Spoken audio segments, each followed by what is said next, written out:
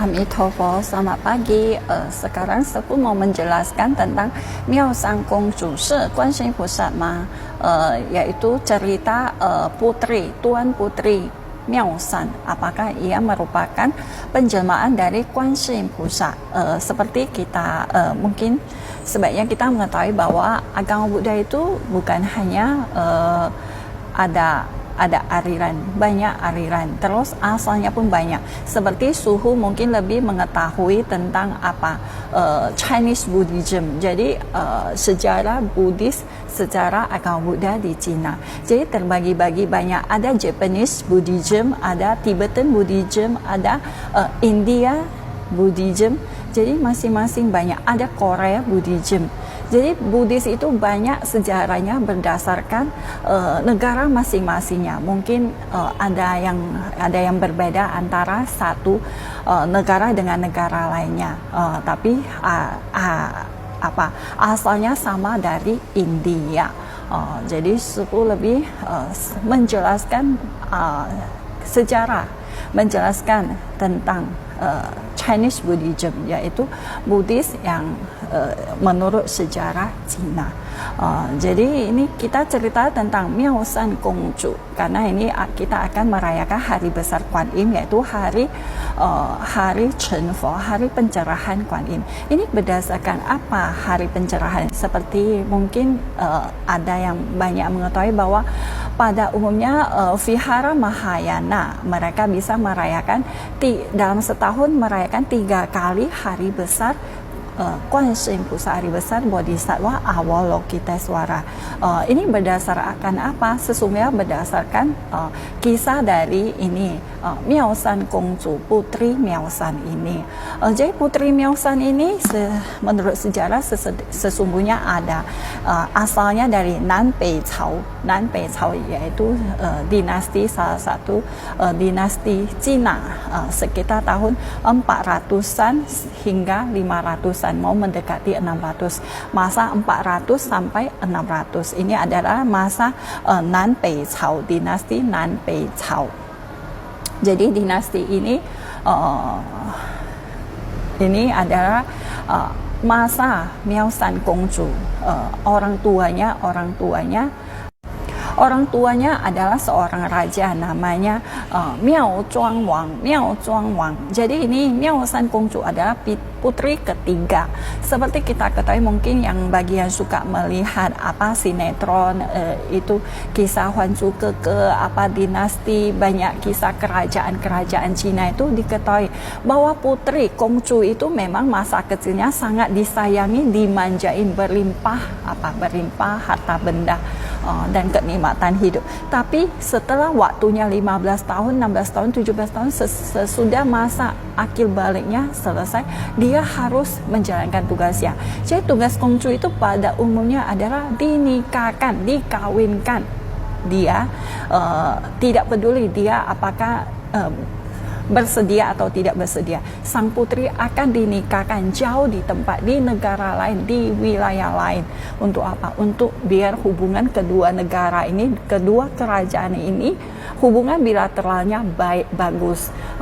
Kamu bisa memberikan upeti kepada saya. Kamu menjadi negara tersebut, kerajaan tersebut menjadi keluarga tidak. Jadi tidak saling perang. Atau kadang Gongzhu itu dijadikan mata-mata di negara suaminya.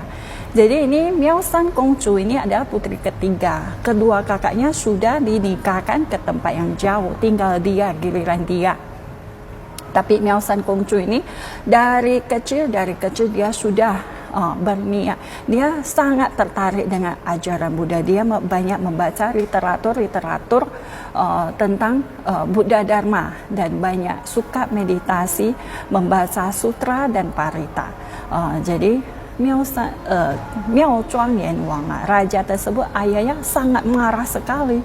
Karena kenapa? Pada dasarnya putri itu harus bersedia. Bukan hanya putri raja saja. Setiap wanita, setiap anak gadis di Tiongkok pada zaman dahulu harus menurut ketika orang tuanya menjodohkan dia kepada siapa saja. Itu aturan yang aturan yang tertulis, itu adalah hukum, itu adalah undang-undang. Tidak ada seorang anak gadis pun yang boleh menolak, bisa menolak ketika orang tuanya meminta ia menikah dengan siapa saja. Jadi ini ayahnya sangat marah sekali dan mengumumkan bahwa Miao San Kongzu adalah anak durhaka, anak yang tidak menuruti orang tua. Jadi raja tersebut membakar tempat Miao San Kongzu tinggal bermeditasi. Tapi karena Miao San Kongzu itu memiliki dewa pelindung, dia dilindungi, dia tidak terbakar. Terakhir pindah ke gunung lain, namanya Xiangshan Shi. Di tempat gunung lain, dia di sana berlatih diri selama 9 tahun. Sampai akhirnya dia mendengar berita bahwa ayahnya menderita penyakit aneh. Kita ketahui bahwa di kerajaan itu memiliki banyak dokter, banyak sinsei, banyak taifu yang sangat pintar. Orang pintar yang tentang kedokteran, penyembuhan semua berkumpul di kerajaan. Tapi tidak ada yang bisa menyembuhkan penyakit sang raja. Karena kenapa? Penyakit ini bukan penyakit biasa. Ini adalah penyakit karma buruknya karena telah membakar vihara. Miao San Kongzu menyadari hal itu. Tidak ada obat yang bisa mengobati ayahnya. Karena itu adalah akibat dari karma buruknya. Jadi Miao San Kongzu menyamar sebagai seorang biku dan mengatakan kepada pengawal di sana bahwa hanya ada orang yang bisa mengobati, dan orang tersebut harus memberikan kedua matanya dan kedua tangannya. Orang tersebut tidak pernah marah, tidak boleh marah seumur hidupnya. Ada orang yang tidak pernah marah. Sang raja mengetahui dan memerintahkan seluruh pengawalnya untuk mencari orang tersebut. Sangat sulit mencari orang tersebut. Di mana bisa mencari orang yang tidak pernah marah? Terakhir mereka mendengar kabar bahwa di sebuah gunung ada sebuah vihara dan seorang pelatih diri. Dan kabarnya selama bertahun-tahun di sana dia tidak pernah marah. Jadi mereka mencari disinilah tempat tinggal Miao San Kongzu.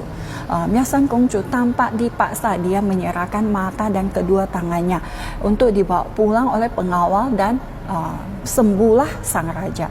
Sang raja merasa sangat gembira. Rakyatnya ada salah satu rakyatnya yang begitu bermurah hati, begitu berbelas asih, tidak pernah marah dan rela mengorbankan, memberikan matanya dan tangannya. Dia ingin berterima kasih dan mencari orang yang telah menolongnya. Terakhir dia melihat bahwa orang tersebut adalah putrinya yang telah buta dan tidak memiliki kedua tangan. Dia merasa sangat menyesal sekali atas perbuatan dia sebelumnya yang begitu menentang putrinya untuk belajar Buddha Dharma dan memaksa putrinya untuk menikah. Jadi ini adalah kisah Miao San Kongzu secara singkat Suhu jelaskan. Jadi di sini kita bisa belajar pada kita harus mengetahui bahwa Fo Tao, jalan kebudayaan dan jalan berbakti itu adalah searah, tidak bertentangan. Jadi ajaran Buddha sangat mendukung umat-umatnya untuk apa?